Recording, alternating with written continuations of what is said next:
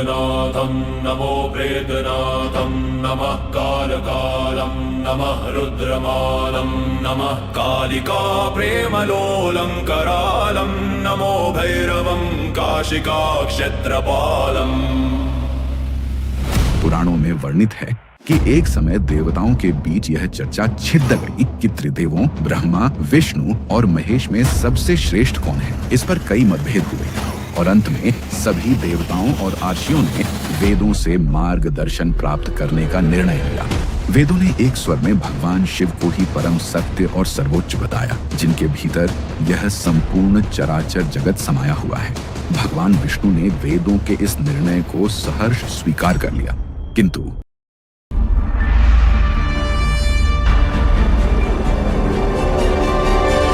सृष्टि के रचयिता ब्रह्मा जी इस बात से सहमत नहीं हुए। वे स्वयं को सर्वश्रेष्ठ मानकर अहंकार से भर गए।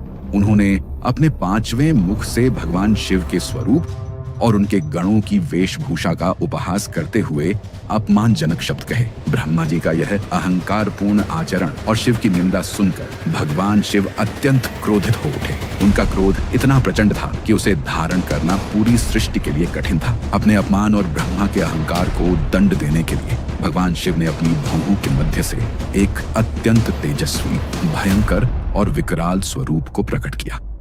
यह स्वरूप साक्षात महाकाल जैसा था। शिव ने अपने इस अंश को काल नाम दिया, जिसका अर्थ है मृत्यु या समय का राजा। यही उग्र और तेजस्वी स्वरूप काल भैरव कहलाया। भगवान शिव ने काल भैरव को आदेश दिया कि वे ब्रह्मा के उस मुख को दंडित करें जिसने अहंकार में भरकर उनका अपमान किया है। भगवान शिव की आज्ञा पाते ही काल भैरव ने तनिक भी विलंब नहीं किया। उन्होंने ब्रह्मा जी के उस 5वें मुख को धड़ से अलग कर दिया जिसने शिव की निंदा की थी। काल भैरव के इस कृत्य से ब्रह्मा जी का अहंकार तो नष्ट हो गया और वे 5 मुखों से 4 मुखों वाले हो गए, परंतु एक देवता का शीश काटने के कारण काल भैरव पर तुरंत ब्रह्म हत्या का घोर पाप लग गया। ब्रह्मा का कटा हुआ शीश काल भैरव के हाथ से चिपक गया और ब्रह्म हत्या की शक्ति एक भयानक स्त्री के रूप में उनके पीछे पीछे चलने लगी, जिससे उन्हें घोर कष्ट होने लगा।